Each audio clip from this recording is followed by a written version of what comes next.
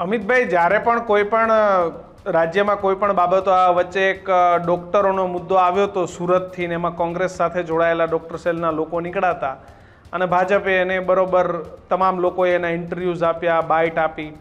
જ્યારે પણ કોઈ પણ ઘટના પકડાય છે તો પછી એની તપાસ થાય તો નીચેથી ક્યાંક કોંગ્રેસના નામ આવે છે.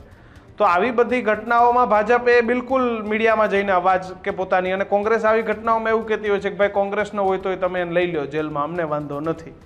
ભાજપ કેમ આમાં ખુલીને એમ નથી કહેતી કે ભાઈ આ ભાજપનો હોય તો એની ઉપર કાયદેસર કરો, પકડી જાવ એને જેલમાં? આવું ખુલીને બોલવાની અવડી મોટી ભાજપમાંથી કોઈની હિંમત નહીં હોય, કારણ કે ખોટું કરનારે ભાજપ કો કોંગ્રેસના નથી હોતા, એ ખોટું કરનાર જ હોય છે. આજે ગુજરાતમાં એવી સ્થિતિ છે કે આખા ગુજરાતમાં ભાજપનો કેસરી ખેસ પહેરો અને જાણે કાળા ધંધા કરવાનો પરવાનો મળતો હોય એવી સ્થિતિનું નિર્માણ. આજે તમે જોયું હશે કે સુરતમાં ભાજપનો હોદ્દેદાર ગેંગ રેપ એક દીકરી પર કરે છે અને એની ફરિયાદ નોંધાઈ. પહેલા અનેક વખત રાજકોટમાં પણ જસદણમાં ત્યાં હોસ્ટેલની દીકરીઓ પર દુષ્કર્મ કરવાના, શોષણ કરવાના આક્ષેપો લાગે, એ પણ ભાજપના કાર્યકરો નેતા પર. વડોદરા હોય, સુરત હોય, રાજકોટ હોય, બધી જ જગ્યાએ ભ્રષ્ટાચાર હોય, શોષણ કરવાની વાત હોય, ભૂમાફિયાઓ હોય, ખનન માફિયા હોય, આ મનરેગાના ભ્રષ્ટાચારીઓ હોય કે સાયકલ કૌભાંડ હોય, આ બધા જમાં જે નામ આવી રહ્યા છે એ પહેલા ભાજપના જ નેતાઓના, એમના મળતિયાઓના આવી રહ્યા. પણ એવા લોકો પર કાર્યવાહી નથી થતી, એમના વરઘોડા નથી નીકળતા, એમનું બધું જ ઢાંક પીછોડો કરવામાં આવે.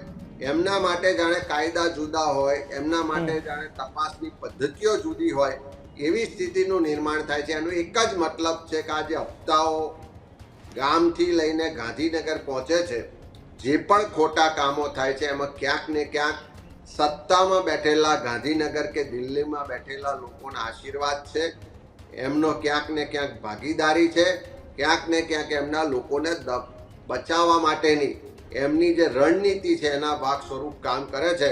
પણ હવે આ બધું ખુલ્લું પડી ગયું છે, પાપનો ઘડો ભરાઈ ગયો છે, અને જે રીતે ભાજપનો આંતરિક ગેંગવોર છે, આંતરિક અસંતોષ છે, કે આ દાહોદમાં પણ આ જે કૌભાંડ બહાર આવ્યું એમાં કિશનભાઈ ઘણા બધા ભાજપના હોદ્દેદારોએ, નેતાઓએ પણ અમને માહિતીઓ મોકલી અને પુરાવા એટલે તમને ફોન કરીને કહેતા હશે ને કે અમિતભાઈ તમે બોલો, અમે તો બોલી શકીએ એમ નથી.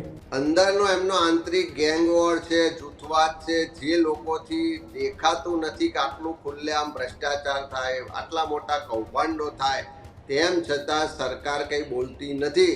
તો વિપક્ષ તરીકે તમે બોલો